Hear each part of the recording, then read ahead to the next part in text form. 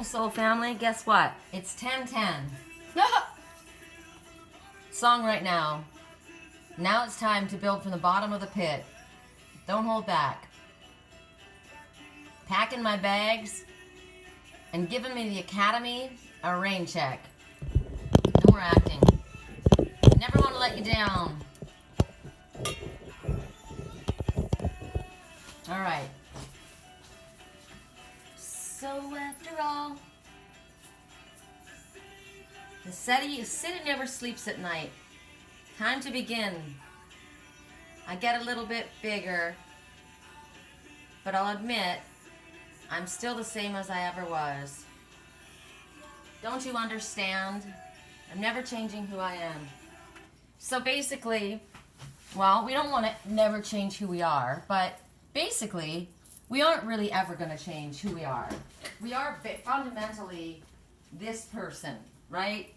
Fundamentally, what you see is what you get. We can all, improve ourselves, but you're always going to have characteristics. You're always going to have the tendency to have this weakness, It just is. We can improve ourselves, but hey, it is what it is. So I want to go outside. So I got a crystal yesterday, and I shared it with you guys live. Spirit gave me a message while I was out there talking to you guys. And there's a couple ways you can take it. And we're going to show the different ways you can take it. So we're going to go out here. Hi, Mama's chicken.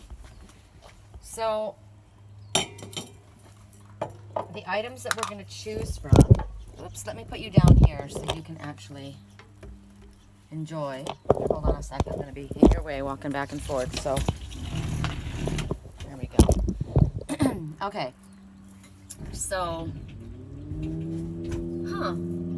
this is interesting. I'm going to use this. I'm going to use all the things that I use. Oh my God, I have you guys turned the wrong way. I'm so sorry. Isn't that retarded?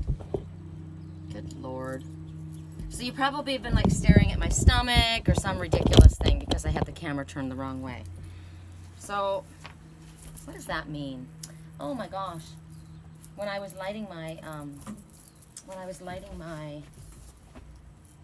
rosemary yesterday, I was so proud of myself because I burned it all up without touching my fingers. And it burned my little cushion, but my cushion is old. My cushion is all shredded, and you know what? Maybe that's just telling me. It's old. It looks like shit. Get a new one, It's time to let go of the old and allow the new to come in.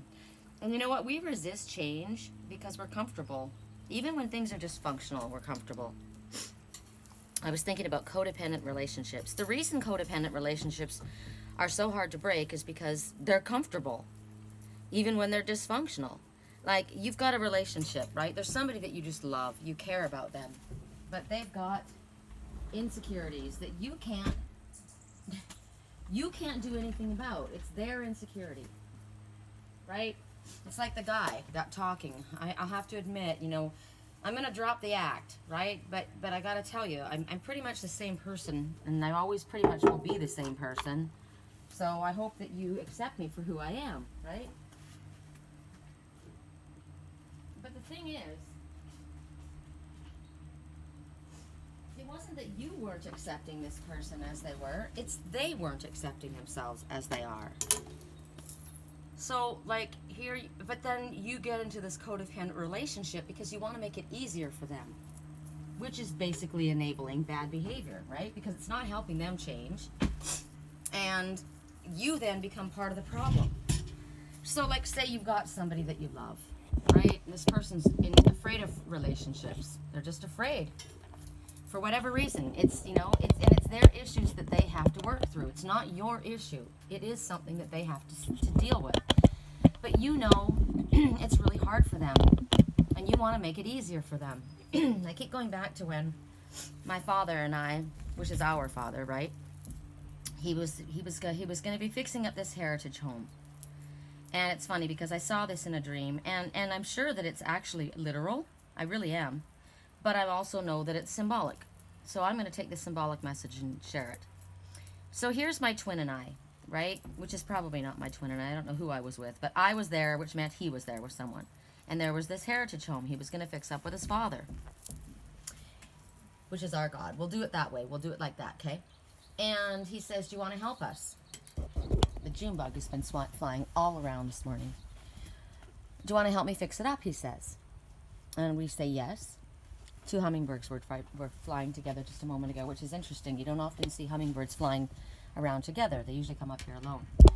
Anyway, we said, yeah, sure, we want to help. So he hands me and my twin a bucket of paint, all of these buckets of paint. They were all these different colors. And I looked at the buckets of paint. It would be like, you know, he hands me something like this. Wait, hold on, let me see so I can show you in the light. He hands me all these buckets of paint, right? All these colors. And I'm like, okay. And I didn't say anything. But in my head, I said, okay, well, that's going to be a dog's breakfast. It's going to look like a dog's breakfast, which is my mom's saying. My mom always said that. Or my dad said that. My dad said that. How funny. That's going to look like a dog's breakfast. And, because it's just, you know, all messed up. And you look at kibble. It's all these different colors all smashed in a bowl. And you mix up their food. Anyway, we don't say anything, right? Wow, a whole bunch of doves just took off from the bird bath. That was a trip. Did you hear the wings? It was pretty cool. Anyway, so we go in and we start painting. You know, we're like, fine. It's his house. We'll do what he wants. So we paint the house. We don't paint all of it. We just paint the part that we were allowed to paint, which is kind of like our Father says, okay, here, this is what we want you to do, right? You do this, you do A, B, and C, and I'll do D, E, F, G, H, I, J, K, L, M, N, O, P, Q, R, S, T, X, Y, Z, right? And we're like, okay, so we go do that. When we finish, and we step back outside and we all look at the house is beautiful. Now, if you guys don't know anything about character homes generally have different colors on the outside. And a lot of times people don't like the way character homes look. I do. I grew up with character homes. I freaking love them. And you'll see raspberry color with like a sage green and like maybe a lighter moss green and all these different colors that you put together, right? But once it's done, and then you have the accent colors that are like brighter or deeper, it looks incredible. Then you have like, then you go paint the door like bright yellow or red, right? And it looks amazing when it's done. So basically we're supposed to do this. We're supposed to recognize that the boat is our Father or Spirit's guidance, and we are the water skier, right? If we follow along behind the boat, we can have fun. Now, if we try and go in a different direction than the boat's going, we're going to get jerked back. It's not going to be comfortable. It's going to be awkward, right? So that's the first part of the dream. The house looks great, so I don't say anything, right? Because at first I said, well, it's going to look like a dog's breakfast. But of course it didn't. It looked amazing. So then I go into the kitchen, and he's finished the kitchen. And as I said, I grew up in a character home. My grandmother had a character house in North Vancouver. Incredible. Arts and crafts style, which is my favorite style.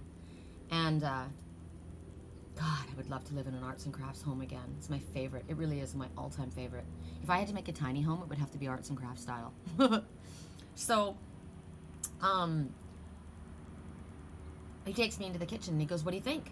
And it's this country kitchen with, I don't know if you guys have seen the long country sinks. I'm going to show you. Arts and crafts country sink. Some of you will go, I know what you're talking about, but a lot of people don't know. So I'm going to show you. Okay. So if you go into a country home, this is the sink. This is literally the sink. Come on, there it is, right there. Okay. Snore. I'm so always in such a hurry. Okay, that's the sink. That is literally the sink that I grew up in, except for its reverse. This would be on this side, and it was much longer, right? But it stands like that, and it's shallow. It's not as deep as a regular sink nowadays, but it's got a place for the drying rack and for you to stack the dirty dishes, right? That's how it works. It's bitchin'. Now, you might notice, see where the window is? and see where the sink is? It's very low, right? And I think that that's because, I really do, that in the olden days, we were shorter. We were. And also, I think it had to do with the stuff that we had to haul into the sink would have been heavy, right? So you didn't want to have it super high. You don't have to haul the stuff into the sink that you used to. So anyway, he takes me into the kitchen. The kitchen's done. Now, the kitchen is the heart of the home, right? The kitchen is where you create. That's where you make dinner. That's where you... Pretty much, if you go to a house and you've invited to a party, right? And I don't know if you've ever noticed this. It always happened in our lives. Everybody hangs out in the kitchen. Usually the women are like, okay, go ahead and sit down. But she's always in the kitchen getting things done. So then her best friend kind of comes in there, and then the kids wander in there. Pretty much, you know what? Everybody ends up hanging out in the kitchen. That's why when you build a home or you buy a home, your focus, if you're going to spend money on anything, you spend money on your bedroom and your kitchen. That's where you're always at. Nobody uses the living room. Nobody uses the freaking living room. This is my little living room, right? I spend my time either in this bed, standing at that little tiny sink, or at my work desk. Rarely. My friend Scott came over like about a week ago or a week and a half ago, and he went and sat down over here, and I said, God, you know what? I never sit here. I could literally, this could be obsolete. All of this could be obsolete because I never use it. Looks cute, but you know, it just takes up space because I never use it. Look at this house. Here's the upper living room. Does anybody ever go here? Nope, never. Okay, so it's the heart of the home. So you think about ourselves as the house, because we are. There's the heart of our home. There's the kitchen, which is our, it's connected. The kitchen is connected to your sacral chakra and your third eye and your crown, because it's your seat of creativity, your sacral chakra, right? But then your mind and where you get the information. So those two together, and your heart, I would say. So the heart's in the center. The heart pulls it all together. It's what you want. It's what you desire, right? So then what you desire, you go after and you think about, right? So the heart is the center of the home, just like the kitchen. So the kitchen is the heart. So he's saying, what do you think of the kitchen? And I said, oh my God, I love it. And I love this sink because it takes me back to my home, right? This farmhouse sink. And I said, but it's too low because my twin's very tall, right? I'm only 5'2.5", but he's 6'1".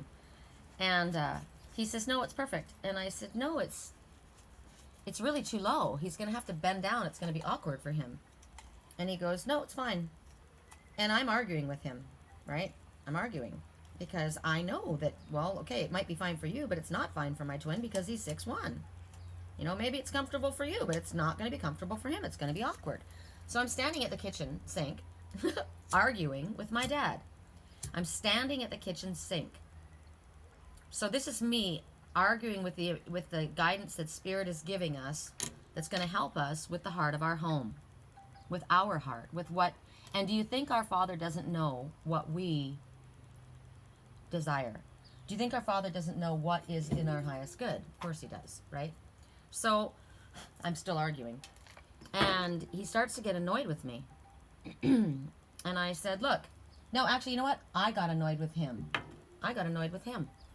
And I said, after about 4 times of me telling him that he needs to raise the sink, I said, fine, let's just do it your way then. And he says, we will do it my way.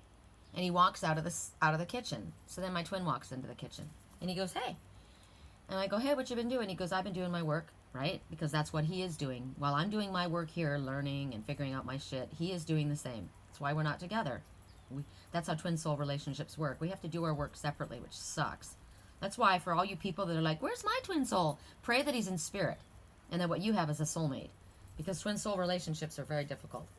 So we don't get to hang out together and figure it out. We have to hang out separately and figure it out before we get together. So he comes in and he goes, it looks fantastic, but the sink's too low. And I said, I know. I told him that, but he won't listen. And he goes, dude, man, he goes, I'm going to have to bend way down. And I said, I know. And I said, I told him, but he won't listen. So then he comes back in the house. My twin and I are standing there. Because, you know, my twin and I, we come together. We come together, we reconnect, and then we pull apart. Because clearly we haven't figured it out yet. You got to figure our shit out before we're allowed to stay together.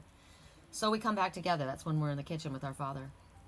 And I say, see, he said you need to raise the sink up too. And he goes, I won't be raising the sink up. It's perfect the way it is. And my twin's like, he's not saying anything to my dad because he's my dad, right? And he's more quiet. I'm the big mouth. I'm like, no, I don't want him to have to do that. And my father says, look, you know what? It's staying this way, period. And he walks out. So that's the first part of the dream. At the end of the dream, I have been hidden in my father's house. My twin has hidden me in his father's house. He's hidden me there. He thinks his family doesn't know I'm there, right? And I'm hiding. I don't want them to know. I don't want to cause any problems, right? I figure if he's hiding me, I don't know why he's hiding me, but I don't want to be the one to out him. If he wants, he needs to tell them, right? So I'm hiding. I'm waiting for him. And he has to go away. He's doing his work. And he goes and he's planting these trees. And everywhere he goes to plant these trees, he's having problems. It's just not working. It's not working here. It's not working there. He tries this. It doesn't work. It doesn't work. And he's so tired. And it just hurts me to watch him. I hate it. And I'm saying to my father, can't you please help him? Just help him. It's enough. He's suffered enough. And my father said to me, no, he needs to bow down. And I didn't understand, right? I was crying. I tried. And I would reach out and I would, how the beginning of the reading here today was talking about, all right, I've given the Academy a rain check, right? But you got to understand, I'm pretty much who I am. I'm going to stop faking it. I'm going to stop playing these games, is what the song was saying, right? But I was playing the game. I wanted to play the game because I didn't want him to hurt anymore. I didn't want him to suffer. I wanted to make it easier for him. And my father said, no, he needs to bow down. I didn't get it. So here I am, hidden in my father's house. Now I've switched it to my father. I'm hidden in my father's house. And I think I was hidden from his family. But all of a sudden, and I'm downstairs and I can hear his dad moving around. I'm thinking, shit, he's going to find me in here, right? I'm watching out the window, watching my twin struggle as he goes through all of these things, trying to plant his business and get it to grow, and it's just not working. And his father's watching him too. But now his father's heard me, and he finds me in the house. But at that point, the emphasis goes away from his father finding me in the house, and the emphasis goes on the fact that we're both watching my twin, who's just struggling, and he's hurting, and I'm crying, and his father's sad too. And we're watching him. And finally he notices. We see him. He's right across the street now. He's very close to us. And he looks up and he sees me standing with his father in his house. And he's like, shit. Shit. So he comes across the street and you can tell he thinks, oh my God, I'm freaking dead. He's found out that she's there. And she's going to be mad and he's mad and oh God. So he gets to his father. And he falls down at his father's feet. And when he falls down at his father's feet, he looks like a little boy. He's 5 years old. And his father goes down and he picks him up. And he holds him tight. And he says, don't you know all I ever wanted was for you to be happy? He was telling his son that he needed to learn his lessons. And I guess he'd given him grief about something. You got to do this, you got to do that. His father they got into a fight and he ran away. And he says, fine, I'm going to go do it on my own. And he took off. His father had been watching him the whole time, loving him. I'd been watching him, loving him. I kept asking my father, please make it easier for him. And he said, no. It's like a codependent relationship. You see this person and you love them. And they come to you, but they don't come to you as themselves. They come to you in a different way. And you want them so much that you stay in this dysfunctional relationship. It's not getting either one of you anywhere. You're aiding and abetting bad behavior. It's not working out. And the hardest thing for you to do is what the father did. Let him learn his lesson. Tough love. He watched over him. He made sure he was safe, but he let him go. And sometimes that's what we have to do. We have to stop aiding and abetting people and enabling bad behavior. And sometimes that means we have to let go of the people that we love because they're not ready. And when he realized, when he came home to his father, which means when we come back to spirit, when we surrender, and we realize we can't do it all ourselves. We can't be the be-all, end-all. And we finally have to say, you know what, I've been killing myself out there in the secular world, but I'm not happy. Because when I went out there and I threw all of my energy into my work, I moved away from my spirituality. I walked away from my father. Things went wrong and I got angry and I stopped praying. I was mad at him. Why wasn't he there to help me? Where were you? I think of that song, Where Were You? I was there. Where were you? I'm going to read you the song. I know that my readings are always emotional, but that's how it works. Where were you on the corner of... Do you guys know this song? I cry every time I hear this song, but it's such a real message to all of us. It's called You Found Me. Just like I know where the most beautiful crystal is that I want. It lives in Robin Hood's forest. I found God on the corner of First and Amistad, where the West was all but one, all alone, smoking his last cigarette, and I said, "Where have you been?" He said, "Ask anything."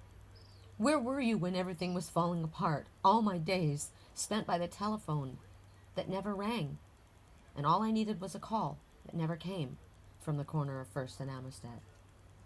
Lost and insecure, you found me, you found me. Lying on the floor, surrounded. Why did you have to wait? Where were you? Where were you?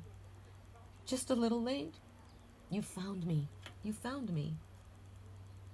In the end, everyone ends up alone, losing her. The only one who's ever known who I am, who I'm not, and who I want to be. No way to know how long she will be next to me. Lost and insecure, but you found me. You found me. I was lying on the floor, surrounded. Why'd you have to wait? Where were you? Where were you? I'm just a little late. But you found me. You found me. Early in the morning, city breaks. I've been calling for years and years, and you left me no messages. You never sent me no letters. You got some kind of nerve, taking all I want. Lost and insecure, you found me, you found me. Lying on the floor, where were you, where were you? Lost and insecure, you found me, you found me. Lying on the floor, surrounded. Why'd you have to wait? Where were you, where were you? Just a little late. You found me, you found me. Why'd you have to wait? To find me, to find me. Do you understand? You're lost and you're insecure. You're lying on the ground, but you were always surrounded. Spirits never left you. And for you who've run away, your father's never left you. He loves you. He wants what's best for you. And for the parents who fuck up, they did the best they could. But our spiritual father has never left us. We're always surrounded. And when my father said, "No, don't help him," it's like parents who coddle their children, who refuse to let them fall, who refuse to let them try and struggle on their own. They coddle them, and then they make it so hard for them. They make them be codependent on them. And the truth of the matter is they don't want to lose their children. They're afraid of life without their kids, so they won't let them loose. Sometimes it's the opposite. Sometimes you're clinging, you hold on, you're afraid to go out there. But that's because you've been raised by a family who's been coddling you. Our father says, let them go. They reach a certain age. The baby bird needs to get kicked out of the nest. Sometimes they hold on, right? My kids came home. Get out, go. They get scared. But see, the one who's been coddled, and maybe you've been a child who was not well when you were young, and your parents were so afraid of losing you. So when you got better, they refused to believe that you were strong enough to do it on your own. Or maybe they were the ones that were insecure and afraid, and they lived their whole life wrapped around you. Like my best friend's mom. Her whole life was wrapped around. She lived her life vicariously through her child because she was afraid to do it on her own. She had a bad marriage, and she poured everything into her child. She made her child her confidant, her best friend. Don't ever make your child your confidant. They're your kid. They're not your counselor. You put all your shit on them, and it causes them to be afraid to move forward. That's the dysfunction. Maybe they run away from you in the end, and then you feel broken and lost. It goes around and around. It goes both ways, right? But there's a reason when a baby bird is ready, it gets pushed out of the nest. And when the father said, he needs to bow down, that didn't mean I want you to come down and beg and crawl and humiliate yourself. I want you to bend. I want you to realize that you can't be so stiff. You can't do it all your own. You've got to surrender. You've got to let me help you. Sometimes we get so proud of ourselves. I can do it myself. When I was a little girl, 2.5 years old, my mom was trying to tie my shoes. Of course I couldn't tie my shoes. I didn't know what the hell I was doing. But I didn't want her doing anything for me. I'd do it myself. I used to say that. Can do self. You ever seen little kids? They don't want you to put their clothes on. You've seen little kids. My daughter always had her shoes on the wrong feet. Right? Sometimes they put their shirts on backwards. And have you ever seen a mom who's let their child do that? Let them. They're learning to do it on their own. They'll figure it out in the end. They're going to pick up the spoon from the wrong end. They're not going to get a lot of food on that spoon. Pretty soon they turn around and they figure out how to use it. So it's kind of like tough love, and it's kind of like a twin soul relationship. There's always a chaser and there's always a runner. The runner is afraid of commitment. The runner is afraid of love. For various reasons. Sometimes the runner runs because he doesn't want to be chased. Because love should be given, not taken. So it's a lesson for both. And you see, when in a twin soul relationship, the love is so strong that it's almost impossible to not be there and go there for the one that you love. You love that person more than life. They're part of you. They are you. So you allow dysfunctional relationships. This doesn't have to be just a twin soul. This is for everyone, right? Same thing with parents. They enable bad behavior because, you know what? My son's an alcoholic. He's a drug addict. But if I don't let him stay in my house, I won't have him at all. Yeah, he's living on the couch. He doesn't get a job. I'm enabling him. I'm paying for him. Maybe you've got a little brother this way or a younger sister this way. You love them. You're worried about them. So you do it all for them. But there's a reason we have tough love. Our Father said, no, I'm not going to raise that sink up. He needs to learn to bow down. He needs to learn to come to me for help. And if he comes to me for help, I'll send him home to you. So you just do your work. You just stay on your path. Don't go enabling bad behavior. Don't go chasing the love. If you have to chase love, it's not yours. What do they say about the butterfly? Let it go. Remember that beautiful one the butterfly comes and rests upon? They feel safe there. They come there. But sometimes the butterfly will come a little ways to you, and then they go back to their bad behavior. And they figure, okay, good. They're letting me do this, right? And so then we have to start again. We have to break that cycle, that codependent behavior. And it hurts like a knife, a hot knife going through you because you're cutting off connection to the one that you love. Whether this one is your teenager who has got a big mouth and doesn't want to live by the rules in the house and says, I'm going to go live with Dad. Fuck you. Fuck you. I'm going to go live with my dad. Your dad that has no rules and lets him do whatever he wants. And so then he goes and lives with his dad and it breaks your heart and you cry and you cry and you cry. He only comes back to your house to do the laundry, the dirty laundry, right? And then he leaves and goes back to the one who's never been a father to him. You've been the mother. You've given up everything. You've loved that child. But where does he go? He goes running off to his father who was never there. Because we always chase what runs from us. I chased my stepfather. He was always running. I always ran after him. And in the end, I walked away.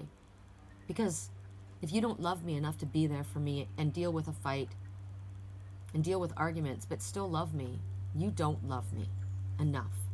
I need to learn how to love myself. So think of all of the different ways that this applies to you.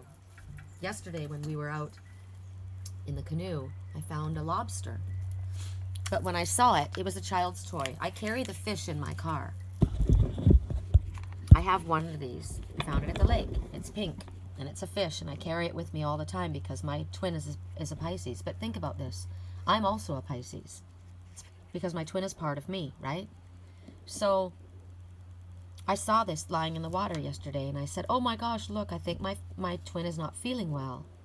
I think he's sad, because I saw the blue fish, right?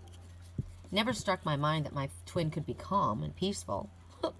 Because in all reality, what I was looking at was the part of me.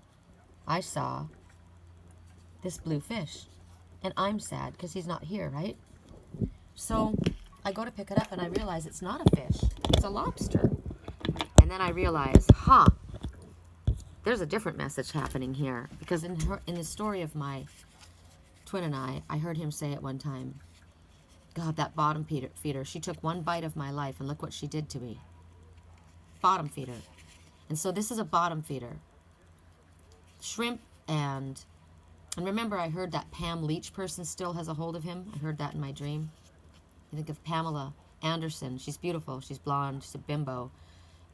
Her last name was actually Leach, one of her married names, if you wouldn't believe that. I couldn't believe it. Anyway, this Pam Leach still has a hold of him is what I heard. This bottom feeder, right? So he wasn't coming home because she still had a hold of him. But this bottom feeder was lying there on the edge of the water, their emotional waters, and I said, oh, it's not my twin, it's the bottom feeder. The bottom feeder's blue because they no longer have what they once had a hold of. They've lost, and that made me happy. Not that this person was sad, but that the bottom feeder didn't have a hold of my fish. So there's that message. But then what about the message for me? At first I thought it was my fish that was sad. That fish was me that was sad. But then I grabbed this bottom feeder. A bottom feeder eats crumbs. They eat what falls to the bottom. They're satisfied with what's on the bottom of their emotional waters. This bottom feeder had washed up onto shore and was resting on shore. Their head wasn't underwater. They weren't feeding on the bottom anymore. This also represented me. Because I don't accept crumbs anymore. I want to. I want to reach out. I want it to be okay to have the type of connection that I have with him, which is very limited. But it's not good enough for me. I deserve better. This is my message. This is also many of your messages. So today, our totem is going to be lobster. The lobster, we all can relate to this. This blue lobster. Now, is this lobster sad, or is this lobster relaxed and calm and surrendering? I would say they surrendered, right? The lobster says, allow yourself to find the balance between your vulnerability and your self-defense, showing a little bit more of who you really are. Well, this lobster came to the surface, right? It wasn't on the bottom anymore. The lobster says, wow, know that a very happy event leading to great abundance is about to happen.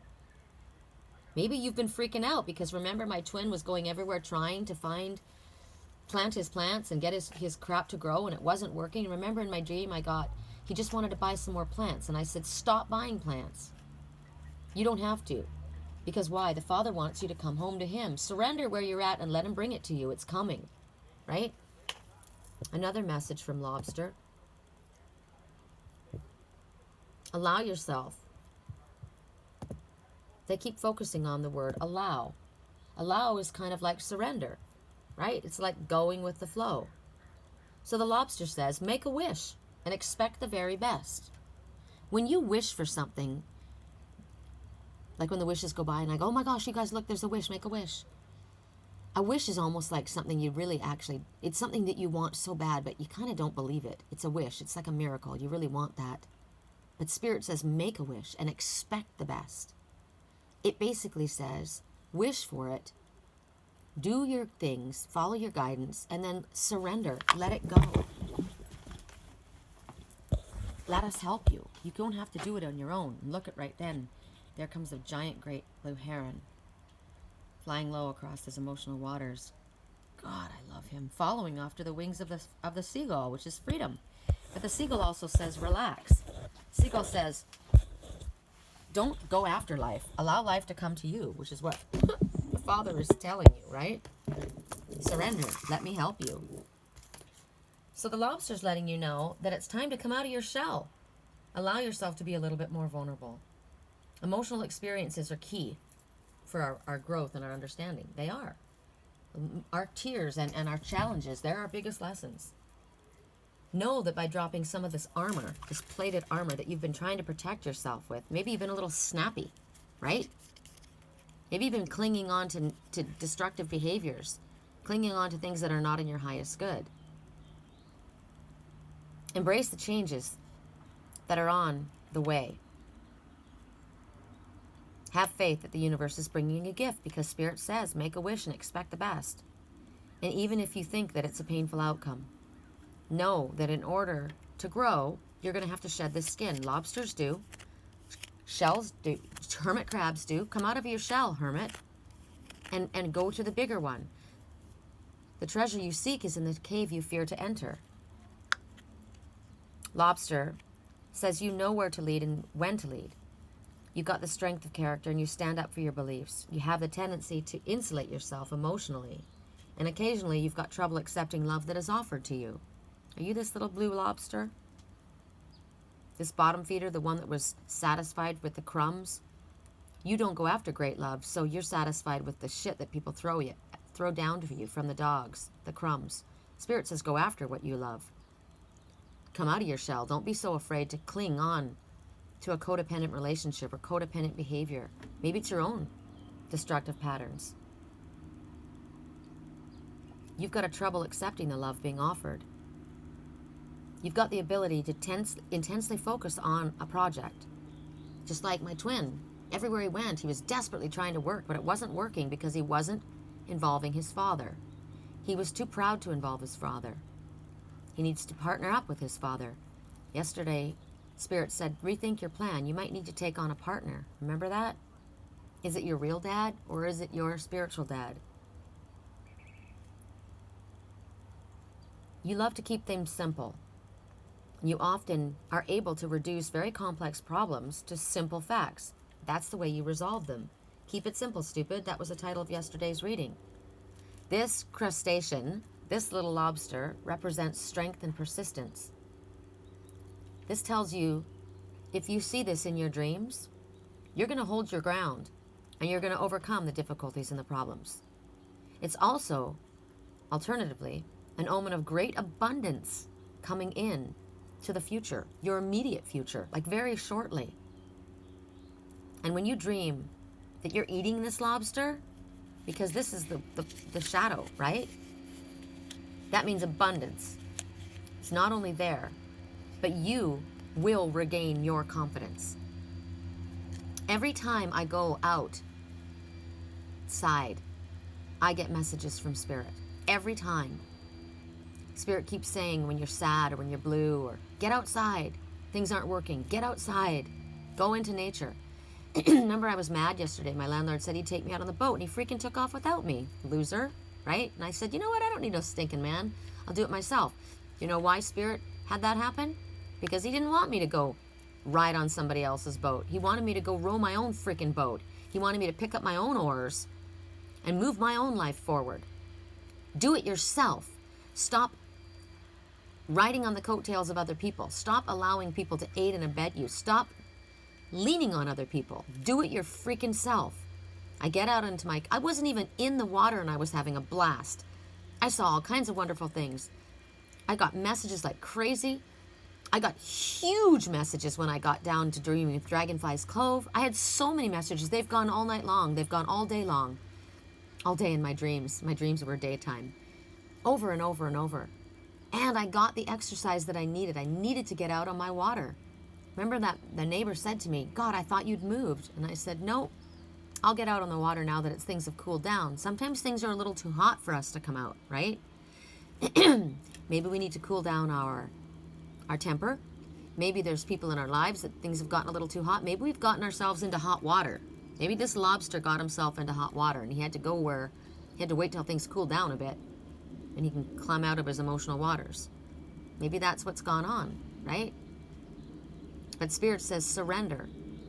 And right now they're telling you, come out of your shell. You're safe. You don't have to hide anymore. So, that's the beginning of our reading. I'm going to put my computer back inside. Hold on, you guys just enjoy, okay? I'm going to go get our decks. I'll let you enjoy and see what comes. Maybe you guys will pick up an animal messenger or two. Or maybe you'll just enjoy.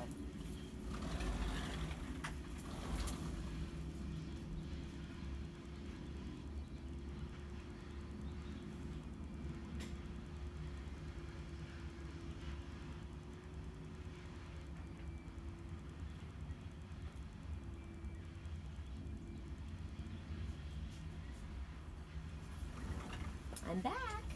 I thought to myself as I was in there. I'm looking at seagulls a lot today flying around. Freedom. Everybody wants freedom, right? Freedom is worth fighting for. You also have to allow others their freedom. Within relationships, right? Interpersonal relationship freedom is the most important.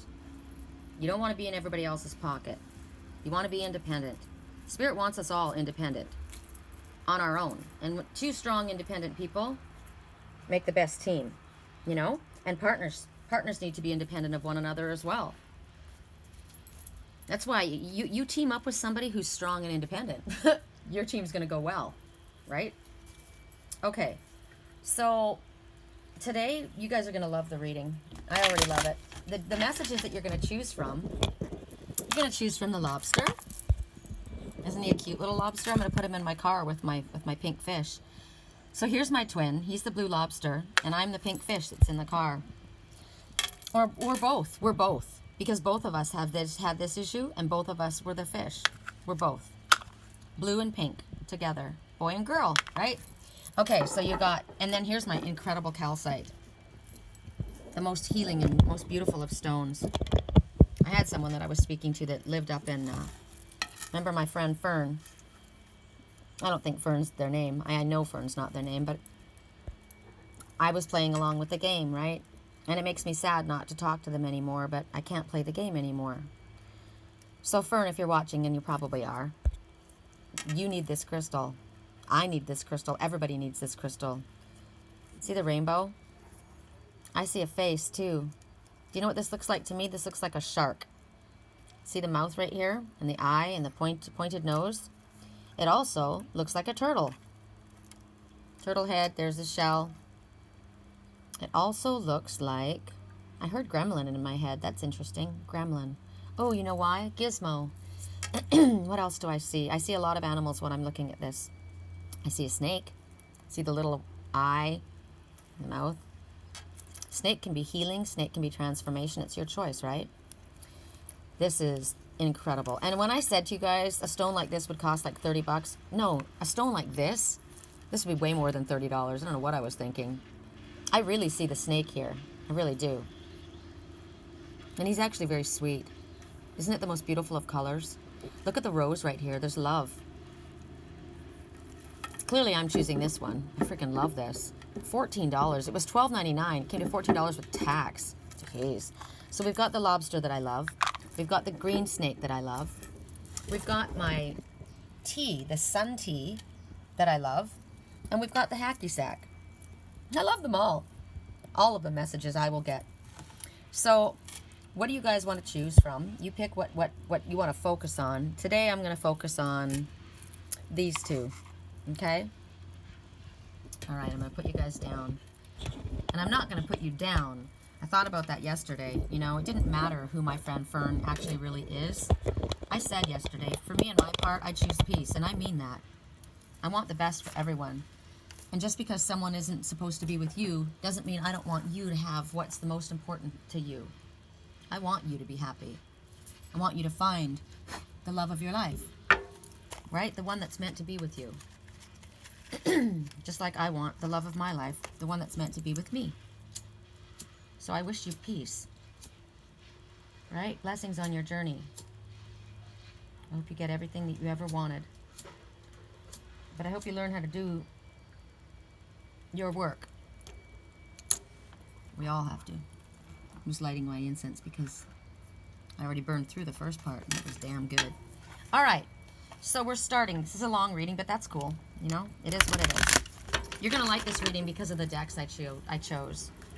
So the very first message, we're going to work with the Sun Tea, I guess. And it's Alice. Alice, the Wonderland Oracle.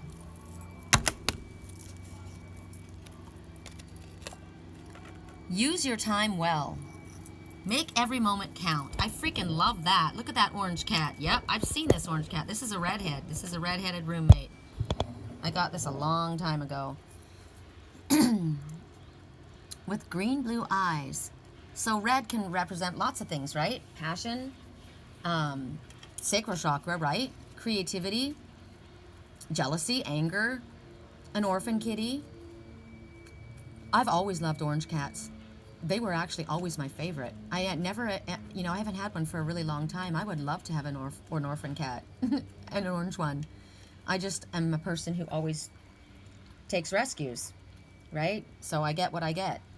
I end up getting a tiger, cat. I end up getting a black and white cat. I would love an orange cat. So 2 and 4 is 6. Don't be so stressed out about the material world is your message from Spirit. Don't worry about it. Everything that you need, we know what you need, and we're going to bring it to you. It's good. So here I'm looking at this cat, and they're looking at a clock. Use your time well. First of all, time is short, right? We don't have a lot of time. We don't have a lot of time in each day. We don't have a lot of time in this life. We may feel that way when we first start out. It takes forever until you get to where you can finally go to school. I remember when my daughter, she wanted to go to school so bad that she used to break out of the house. I swear to God, people don't believe me until my neighbor finally brought her home. No one believed me. My daughter was an escape artist. She was always trying to run away. But it's not that she was trying to run away from us. Her brother was older, and she always wanted to follow her brother. And he went to school. He didn't want to go to school. He was terrified. He didn't want to go. He was a mama's boy, and he was a sweet, sensitive one, and he was so scared to go to school. He cried when I left him and almost broke my heart. But she wanted to go so bad she couldn't freaking stand it. So here she is. They were 4 years apart. She's in her diaper, and we lived in an older home. They didn't have screens on those homes in Canada, not this older home, and it was a window that you would push open, right? You would open it out. It wasn't like a window like this that you would slide. The window would like open out. It was a wooden window. And there was a big deck that was built right outside. I don't know how she did this without killing herself, but she climbed out the window onto the deck and headed down the street. We lived just up the little hill from the school. I mean, it was a busy road. It was Canada. It wasn't like here, but it was a busy road. And I get a knock at the door. I'm cleaning. I'm always cleaning. Lacey was supposed to be in her room, in her bed, in her freaking crib. So she climbed out of that too. My neighbor's standing there holding her with the diaper, and I'm like, oh my God. And he said, I found her. She was halfway down the hill, and I'm like, oh my God. Well, it happened twice. She was an escape artist. She was wanting to go to school desperately. There's a reason I'm saying this. I know that it's coming up. She wanted to be with her brother so bad she would do anything to get there. And it happened another time when my son was, I don't know, I think he was playing in the yard or something, and she didn't know where he was, and so she did it again, and he was yelling at me, Mom, you're not paying attention. He was always yelling at me, telling me I wasn't paying attention, I wasn't watching her. I mean, God, what do you do when you've got an escape artist as a child, right? What do you do? This child was Houdini, I swear to God. It's kind of like this Cheshire cat, right? So I'm saying this all for a reason. I don't know. It's coming up, and we'll figure out why. But hold on, I'm not going to try and fight over the noise.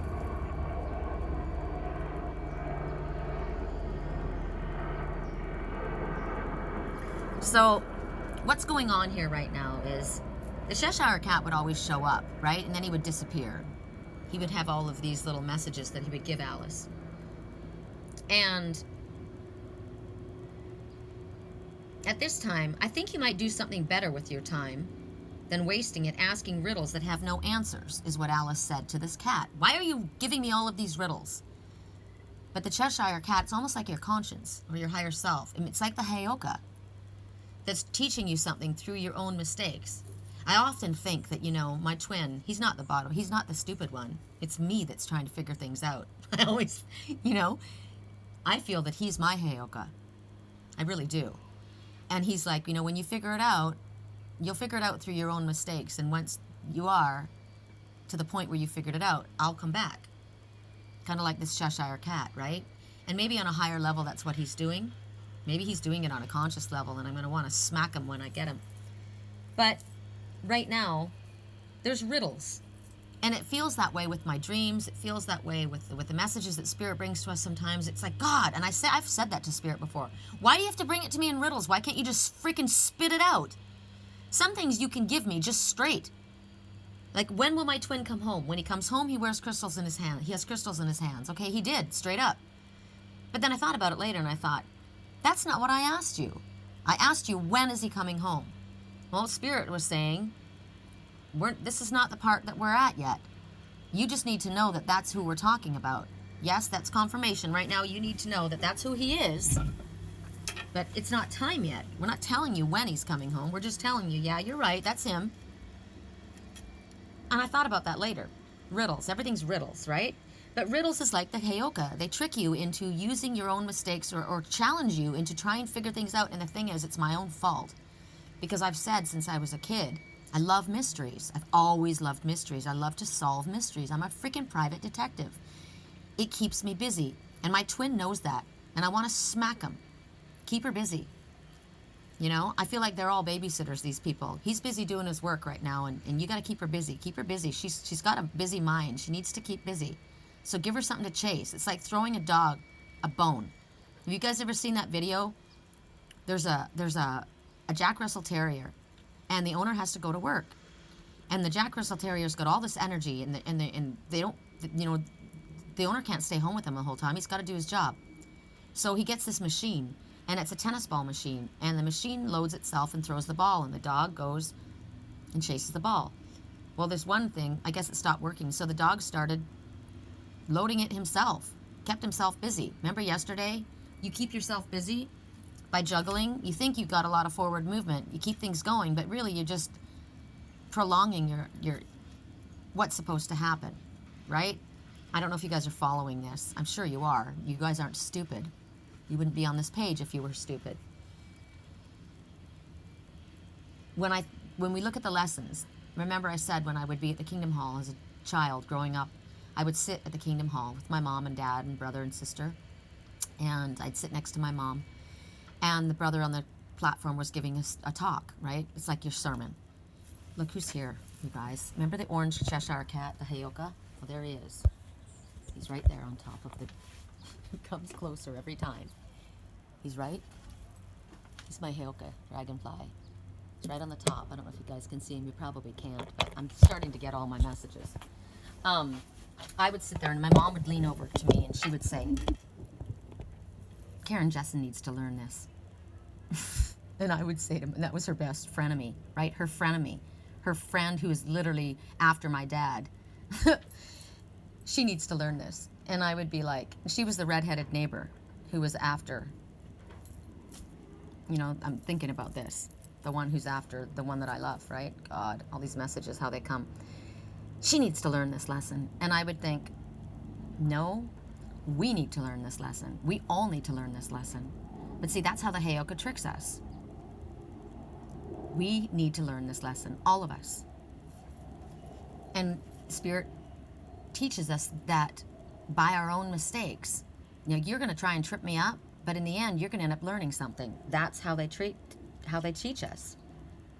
So, if we ask questions to Spirit, and they don't really have basically answers that we can understand, we're uncovering things. We're discovering things. Spirit knows how to make us uncover our hidden potential. They know what they're doing. We don't, but they know. It's kind of like, I don't care the reason that you're doing this. I just need to do my part. And I've struggled back and forth with this person who calls themselves Fern, right? I know that that's not who they are, but I struggle. I want to reach out to this person. This person is interested in crystals, this person, maybe they're not. I wanted to reach out this morning and tell them about this crystal. I did. I sent them a picture of that crystal, and I gave them all the information. And then I got from Spirit, stop. You're aiding and abetting this farce. It's not going anywhere. Let it go. So, because I'm wasting time, right? So right now, that's what's going on. There are people who will waste your time. They'll ask you questions that don't have answers. They ask you questions trying to take up your time. Think about this too. They feel justified wasting your time. They feel justified coming into your life and taking your energy.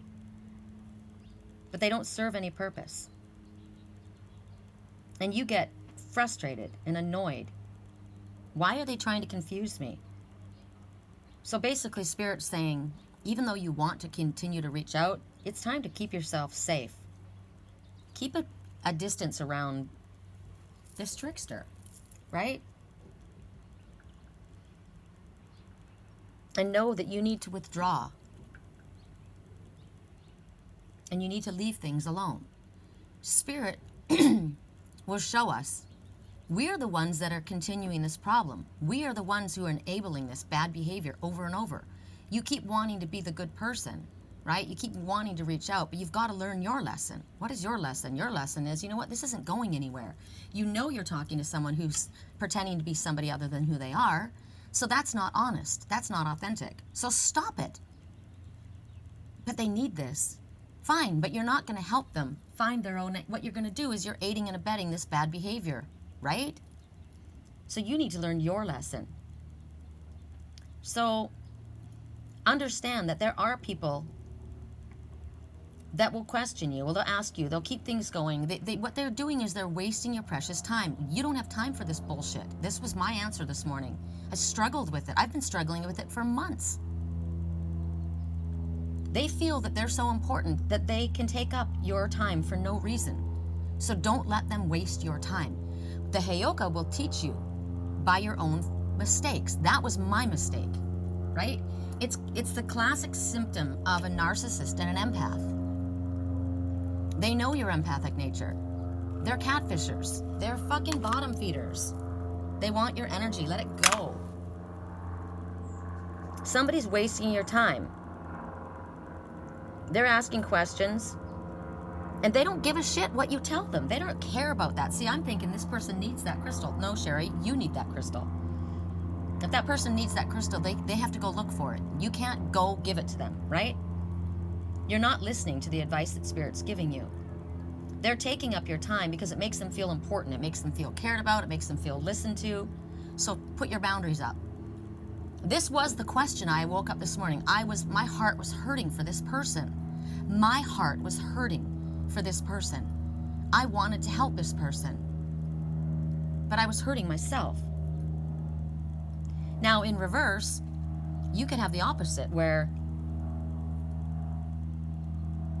you're available to everyone and everyone. You're exhausting. You're answering questions. But, people ask you, they don't have the best of intentions. They don't give a shit what you say. They're laughing at everything you're saying. You're squandering the time that you have because their time is short.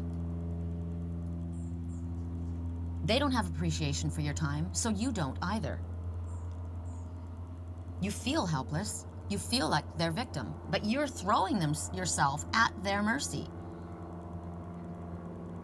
You've wasted your time, and you feel harassed, but it's been your own fault.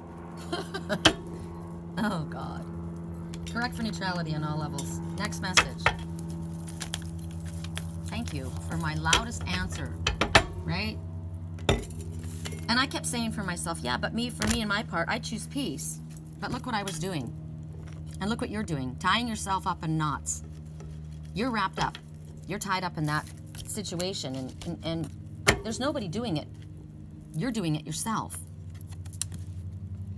You've bound yourself up with your own negative thinking. Stop it now. Challenge yourself to replace negative expectations with a positive outlook. Prepare for rapid change in your life. When you release yourself from that ridiculous situation, look at the color. So who is who here? Right? This is not only me, but this is that person as well. I'm tied up in knots. I'm continuing a cycle of a codependent relationship that is ridiculous, when all I want to do is love and want freedom and want things to be peaceful and happy. I've come from a place of love and healing, but I've tied myself up in knots because I'm willingly sacrificing myself to this one who doesn't give a shit about my energy or my time, right? And this person too, they have negative thinking. If they would replace their negative thinking with positive expectations, they would have change in their own life. And so would I. Wow. Powerful. Powerful. God, I love the work I do. I freaking love the work I do. Talk about self-help. Okay, so now we're going to go on to the most glorious of crystals. God, I can't get over that. Took back at $89 skin cream. God, $89 skin cream? Like, really? just because it's got the name, right? Didn't do any different than my cream. It was $25, you know, and somebody else is going, 25 bucks. I use freaking Pond's cream and it's $6 at the grocery store. My mother-in-law did, and her skin is fantastic. Of course, she's Italian.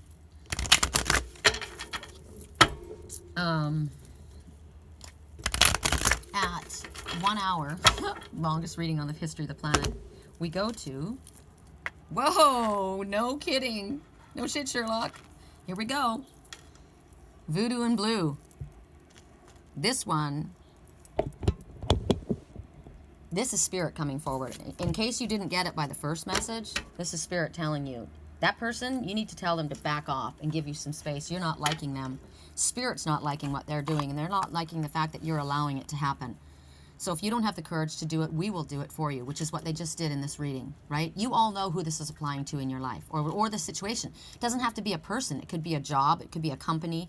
It could be a project. It could be friends. It could be family. It could be anyone. An ex, whatever it is. A leech, a Pam Leech, who still has a hold of him. That's who I'm dealing with, right? Back off. I don't like what you're doing. I've said it nicely. I've pulled away. I've gone back.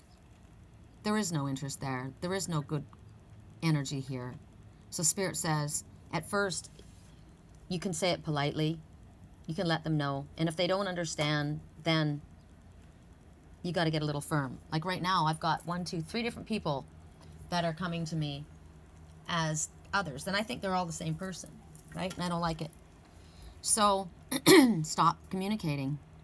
I keep wanting to reach out and be the one that wants to help. I, for my part, I want to be your friend. Well, they don't want to be your friend. Whoever needs to hear this, stop hanging out with those motherfuckers who don't like you. Oh, God. They don't like you. You want, and you know what? Is that what it is? Is it you just want somebody to approve of you? Or is it you're just a nice person and you just don't get it? And now you finally figured it out and you just don't want to believe that people are really assholes. There really are people out there that are assholes. And what did my Mama Sherry say? Stay away from assholes. Right? It's a bottomless pit. What did I say yesterday about the dragon? I said, I'm a dragon too. You may be a dragon, but I'm a dragon too. And that horseshoe, there's no luck with that horseshoe. It's a bottomless pit. It will never be filled. It's an insatiable pit.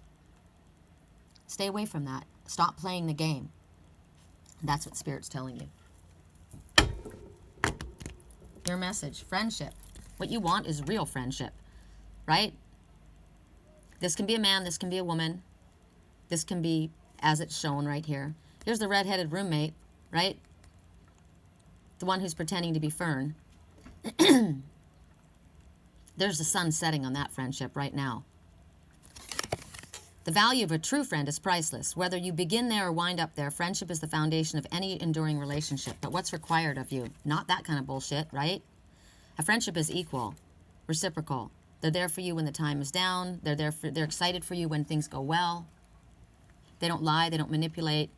They're open and honest. They communicate. They speak to you. They hang out with you. If they don't, they're not your friend. They're an acquaintance. So for me, the sun is setting on that friendship. I called it a friendship. I felt positive energy with that person, but it's not, it was dysfunctional. It wasn't good. You can repair a relationship. You can repair a friendship if you want to open up and be truthful, like the person in the beginning of the song, right? The beginning of this reading. I've given up the academy. I've given up, what is it? I've given the academy a rain check. I'm going to stop pretending to be that person. I'm going to be real. I'm going to be honest. And then the sun starts to rise on that friendship. This is, I am worthy. I am capable. The solar plexus right here and the sacral chakra, the seat of sexual energy and creativity. We can be partners. We can be really good friends if we come open and honest, authentic, says the blue. I can do this. I am capable. I am worthy of having an equal relationship. I'm getting prickles in my hand. I deserve that. And when it comes this way, things move forward fast, right?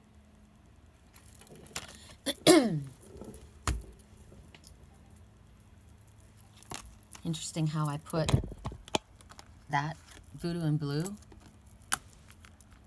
That's the bottom feeder. Okay, so now we go to the hacky sack. So we've had the sun tea, the crystal, the hacky sack.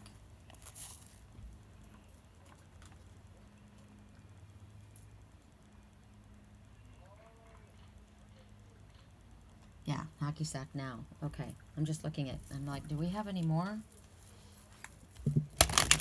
Correct for neutrality on all levels. Correct for neutrality on all levels. We're just going to use the sun tea to hold up the hacky sack.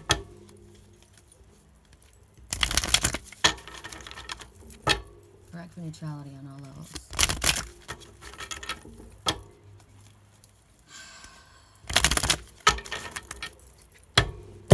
At 1 hour and 5 minutes. The unending sadness of looking back, endless regret, obsessive grief, replaying the past, negative nostalgia. You're stuck there. You're stuck in that place, and you just can't you can't get out of it. You can't get out of it because you won't let yourself get out of it. You're holding on to that beetle of protection. It's dead. 3 and 6 is 9. It means get to work, light worker. You've got everything you need in front of you to bring about what it is, to fulfill your life's purpose. You don't need any more. You don't even have to get to 10. It's time to get going. So that beetle that she's holding on to, that's the armor. And Spirit's saying sometimes we have to put a shield up, right? I clearly do, right, at this time. And yet we have to have friends too. So this one is holding on, not allowing anyone to get close. This one is afraid to feel open and vulnerable. They've been spied on by people who want to interfere, who want to drain their energy and hurt them. But Spirit's saying, don't be afraid. You've got all that you need to put an end to this happening to you. The Atlas beetle, that's an Atlas beetle. Look at those. I mean, if you saw one of these things are gnarly. They're metallic. They're made of like titanium. So it's like it's the protective coating and shielding. And they've got wings that they can stick out like the June bug. Remember the June bug that keeps showing up around here? That's Spirit's protection. The wings. They're going to help you make it through a tough time.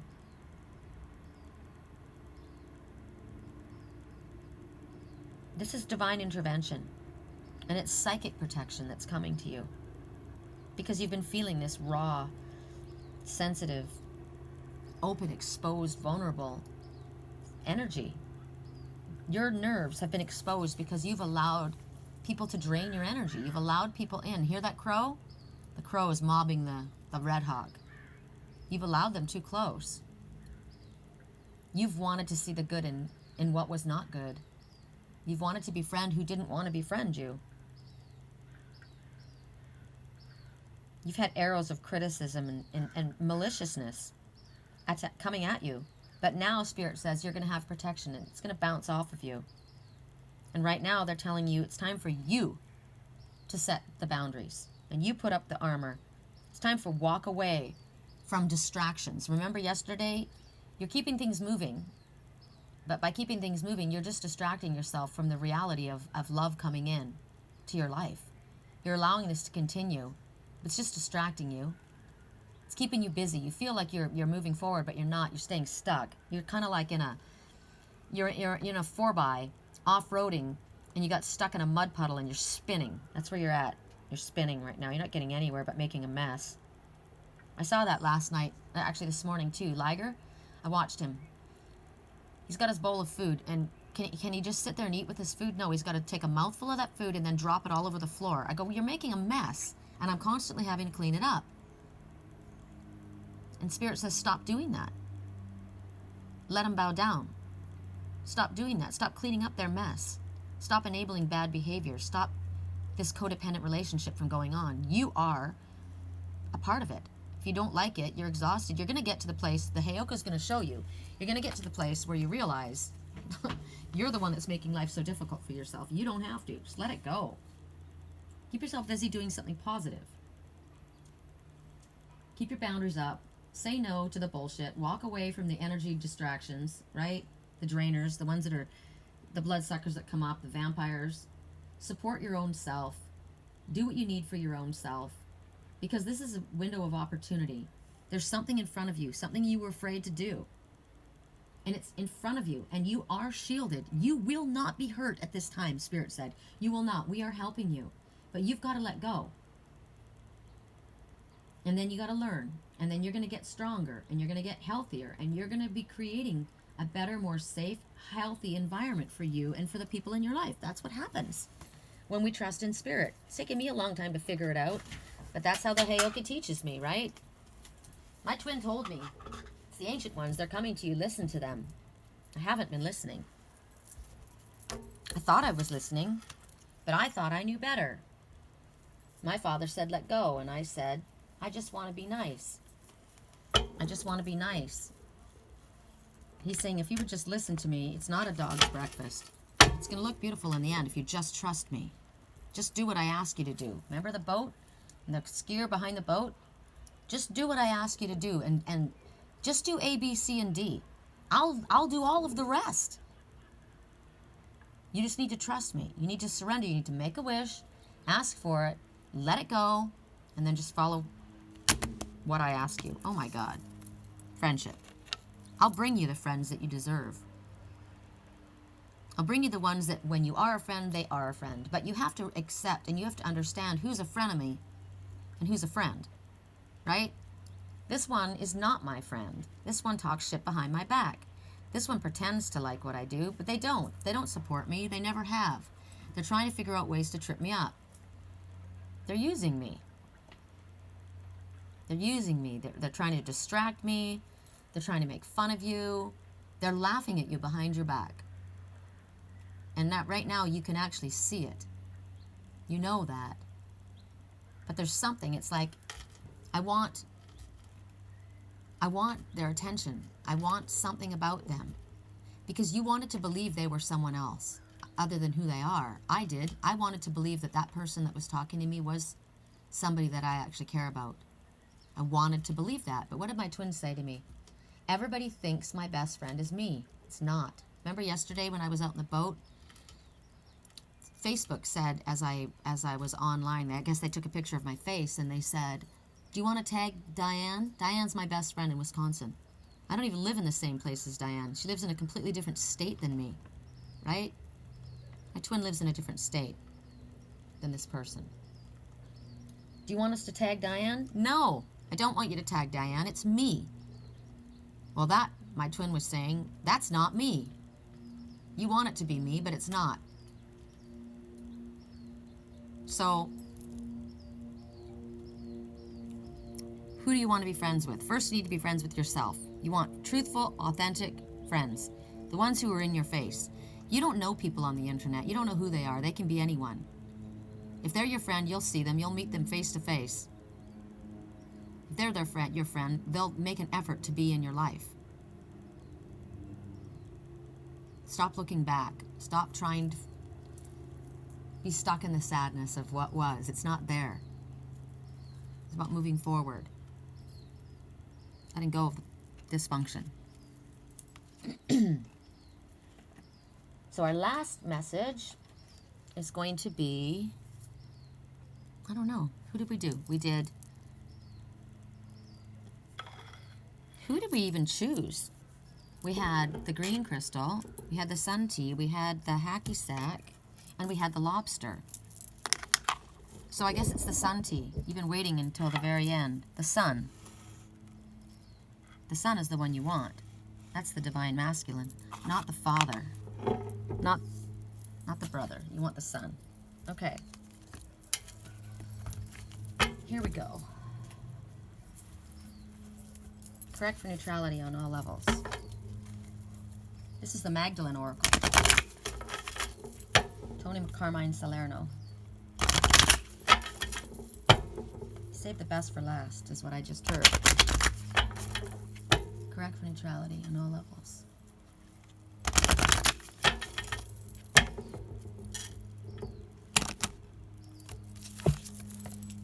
Mythic reality. When the great wave comes, go to the mountain with the tablets. It looks more like Utah to me.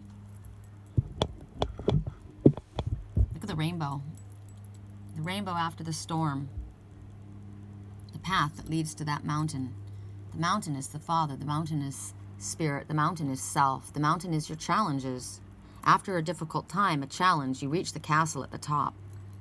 And there's an explosion of celebration. Mythic reality. That's kind of like a, what is that? Oxymoron, right? It's a myth, but it's reality. But there is both. So right now, with this message, something is causing you concern. You're looking at it from one perspective.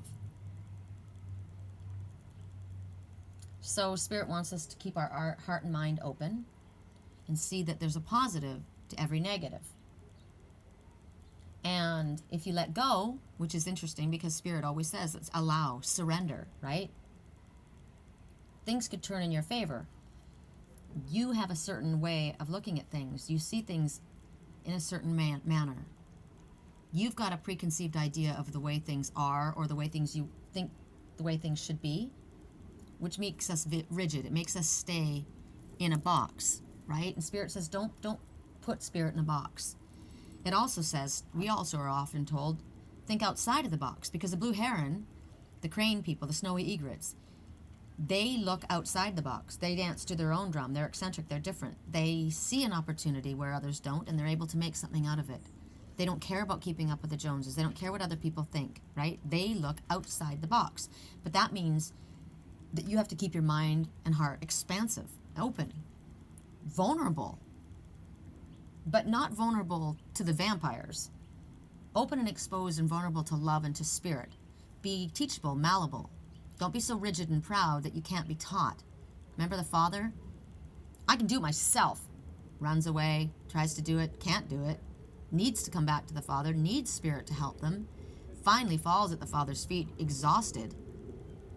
Father picks up, wraps him in his arms. And you know what happened? I didn't tell you what happened in the end. When he said, he held him up in front of him like a baby. You know how you hold a baby up and you look at them? It's like when your cat does something bad. You pick up, or the puppy. What are you doing? I'm telling you not to do this, not because I'm being mean to you. I'm trying to teach you. Don't run out into the street. You're going to get freaking hurt. Puppy sits there with his sad face. Just wants to go have fun. Yeah, you want to have fun. But you know what? You have to have rules. My stepdaughter, she wanted to have fun too, right? At 14 years old, taking her $50 that she got from her grandmother and going buying pot from the local drug dealer. No, I'm sorry, Kendra, you can't do that. Oh, you're no fun. Okay, you can do whatever you want when you're an adult. I don't have a problem with people smoking pot, but I do when they're 14. No. Right? There's got to be rules. You got to have some boundaries. We all have to have boundaries. So this is our Father holding us up in front of him, just like he did with my twin. My twin fell down at his feet. Now remember, the twin is also me, right? I am my twin is me. Don't ever think when I speak about my twin, I'm just talking about him. He's a twin. He's one half of me. So as he holds me up in front of himself, as I fall down at his feet and finally surrender, exhausted, because I am, right? Fine. I tried to do it on my own. I tried to do it without relying on you. I tried to do it myself. I can do it myself. Holds him up, holds me up, and says, don't you know all I ever wanted was for you to be happy? And then my twin and myself snuggle into the Father and put our head on his chest. And the Father wraps his arms around us and carries us back inside. And what was happening is I followed him back inside the house too. He put his head, what I watched was this one put his head on his Father's chest. And he fell asleep. He was finally able to rest. Because you toss and turn, you try and figure it out, you try and work it out, you're fighting against the grain. It's like struggling upstream, struggling, and the secret to success, you know, the book The Secret, the video The Secret, the movie The Secret, it's like stop struggling against the flow. You want to get into the vortex, and you want to just, and the way you get into the vortex is by stopping struggling. You go with the flow. You get behind the boat, and you let it tow you. It's like going with when the great wave comes, go to the mountain. It's like my grandson who wouldn't go deeper into his emotional waters because he was afraid the waves were going to smack him. Yeah, well, they are going to keep smacking you until you go a little deeper. You need to trust in Spirit. Sometimes things are scary for us. Trust us. I put my hand out and I said, hold my hand. I'm not going to let you go under. And that's what Spirit says. We're holding out our hand. You can hold on to me. I will help you. So finally, my grandson trusts me. Takes a hold of my hand, and I said, okay, now let the wave lift you. Remember in my dream, my twin and I were running along the beach. He was running ahead of me and I couldn't keep up and I kept falling, and finally he looks back and I was struggling in the sand. And because this great wave of emotion was building behind us. It was huge. It was like a tidal wave. It was overwhelming. We were trying to outrun this tidal wave. Finally, he comes back and he picks me up and he's running with me. Neither one of us can outrun this wave. We're both trying to outrun this wave. There's no way in hell. The wave comes, it picks us up, and it lifts us. It didn't drown us. We finally gave in. We stopped fighting it. And my grandson finally takes a hold of my hand. He didn't trust before because he was trying to do it on his own. Takes a hold of my hand, and I said, okay, now let go. Let the wave lift you like it lifted my twin and I. And I said, and hold your arms out like an angel and fly like a bird. And so I said, lift your head back and just float. You're not going to sink. Watch, it's going to lift you. And it did. It lifted us up. And he was like, oh, I said, it's okay. I'm holding on to his one hand, right? We go up. And I said, now when it goes past, when that great wave of emotion passes you, because sometimes we're caught up in this emotional energy, right? Oh my God, it's overwhelming. But let it lift you. And then what it does is it's going to set you back down on the ground. You're going to touch again until the next wave comes, and it's going to lift you up again. It's ebbing and flowing. Sometimes love and life is a raging sea. Sometimes it's calm.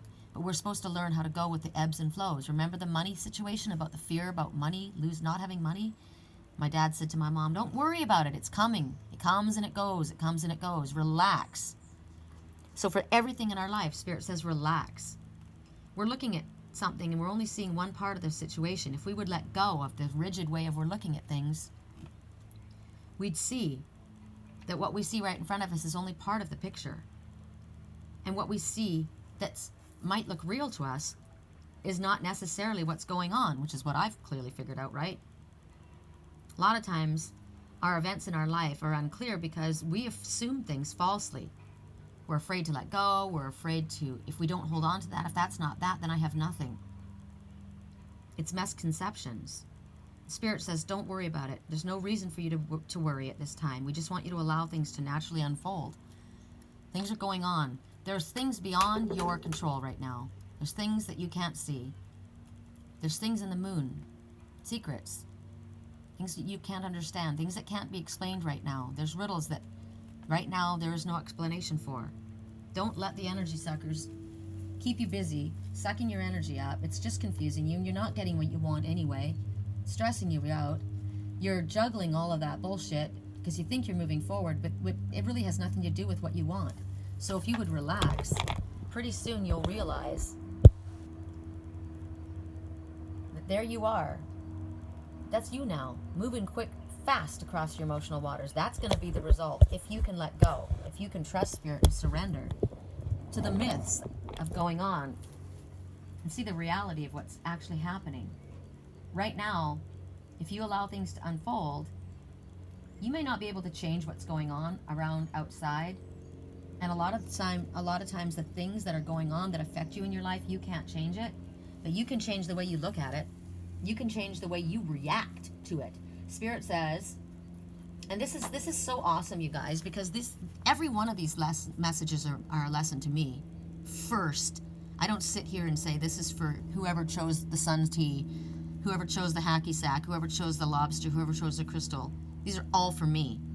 Believe me, I get smacked every single day by Spirit, and I take my lessons. It's the only way I'm going to be able to grow up, right? It's about waking up and growing up, smelling the coffee, the reality of life. And Spirit says if we can do this, if we can understand that we can't change everything that's going on in the world, but we can change the way we look at it, right?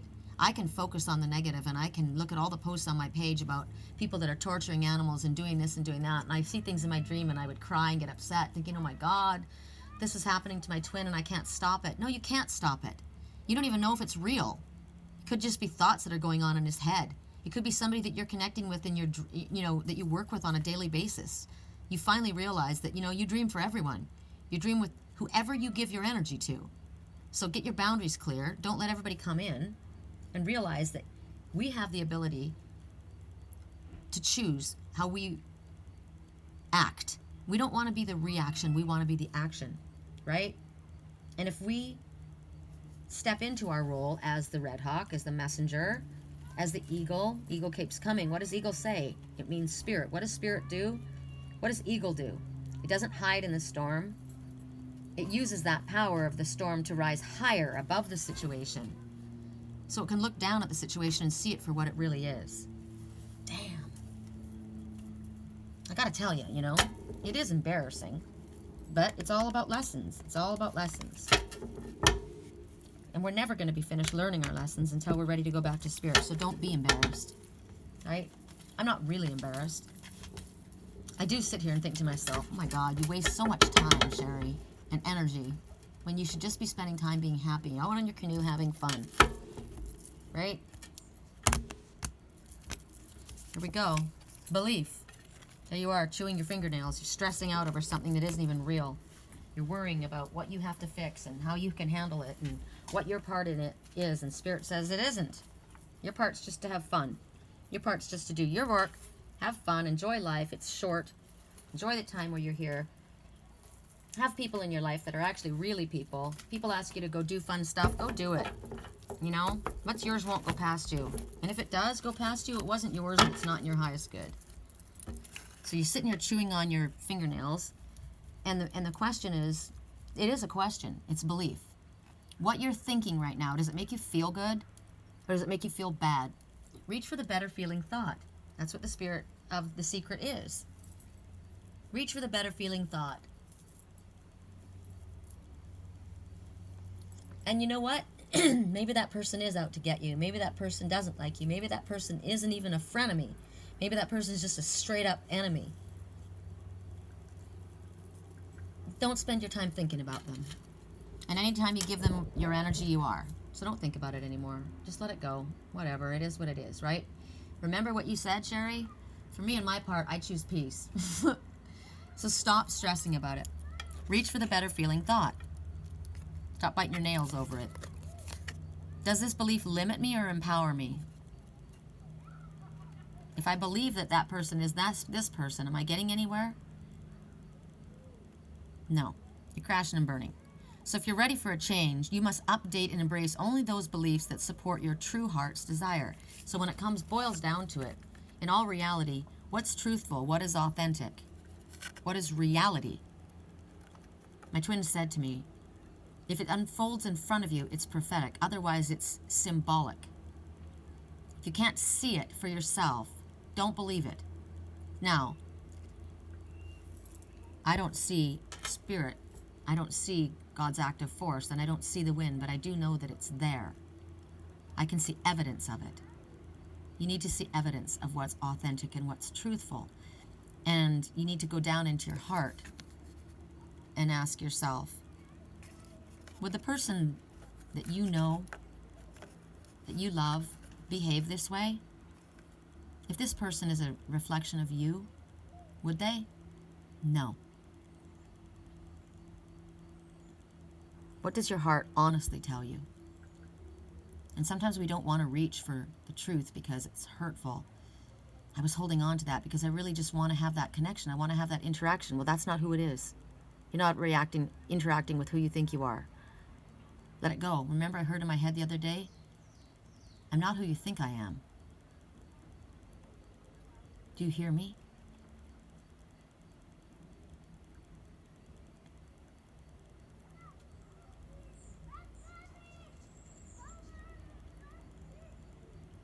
You're dealing with a child.